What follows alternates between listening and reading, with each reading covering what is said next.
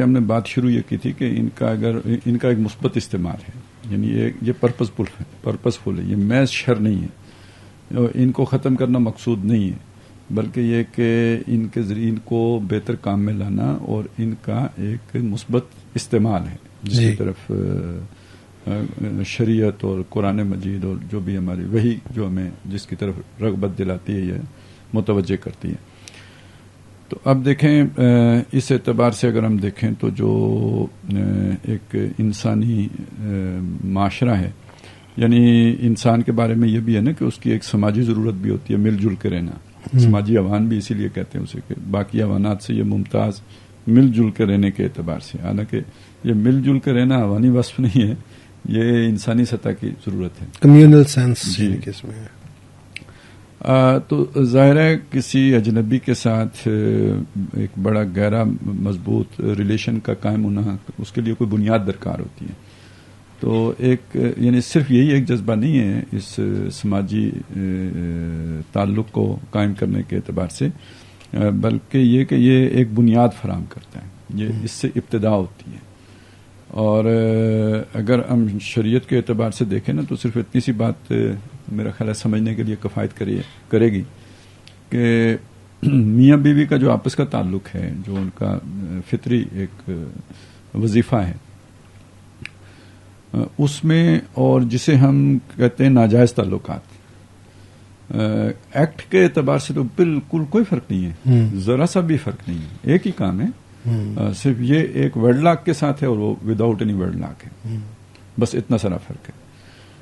تو ایکشن کو اگر آپ نے ناپنا ہو تو پھر تو ایکشن تو دونوں بالکل ایک ہے۔ تو اصل میں یہ جو یعنی اس کا مطلب یہ ہے کہ یہ جو ویڈ لاک ہے یہ تو ایک سوشل کانٹریکٹ ہے۔ تو اب آپ سمجھ گئے نا کہ اس جذبے کو ڈسپلن میں لانا، اسے ایک بڑے مقصد کے لیے استعمال کرنا، یعنی ایک مقصد تو وہ ہو گیا نا جو ہم نے پہلے نسل انسانی کی افزائش ہے، وہ تو ایک مسئلہ ہو گیا۔ یہ اب دوسرا مسئلہ ہے کہ جو معاشرے کے درمیان ایک جوڑ پیدا کرنا ہے، دو افراد کو آپس میں جوڑنا ہے، تو اس کے لیے بھی یہ کام میں آتا ہے۔ یہ اس کا ایک اور فائدہ ہے جو اس سے حاصل کیا جاتا ہے کہ دو افراد کو آپس میں جوڑ کے رکھو۔ اچھا، یہ آپ کو یاد ہوگا کہ جو ہم نے تجزیہ کو زیر بحث لایا تھا تو اس میں یہ بات آئی تھی کہ جب آپ ادھر ادھر جو ہے نا وہ منہ ماری کریں گے تو نتیجہ یہ نکلے گا کہ آپ کا اپنا جو یہ خاندان کا ادارہ ہے یہ ڈسٹرب ہوگا، اور گھر کا ادارہ ڈسٹرب ہونے سے اگلی نسل پر اس کے اثرات پڑیں گے، باہمی اعتماد کا فقدان پیدا ہوگا۔ تو اب دیکھیں، اب اسے ذرا ریورس کر کے دیکھیں کہ اگر آپ کی توجہ کہیں ادھر ادھر بٹی ہوئی نہیں ہے اور اپنے گھر کی طرف ہی آپ فوکسڈ ہیں، تو اب آپ کا یہ جذبہ جتنا قوی ہوگا، جتنا اس کے اندر شدت ہوگی، تو اس کی سیٹسفیکشن کی جگہ جب آپ کے پاس ایک ہی ہے واپس اپنا گھر،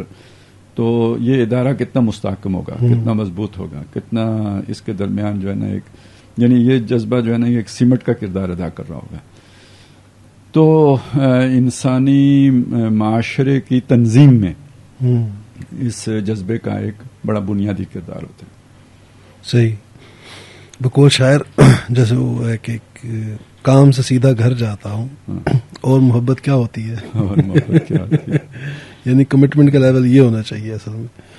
کہ کام جب باہر کا ختم ہوا تو بندہ صرف رخ اس کا گھر کی طرف ہو۔ ایک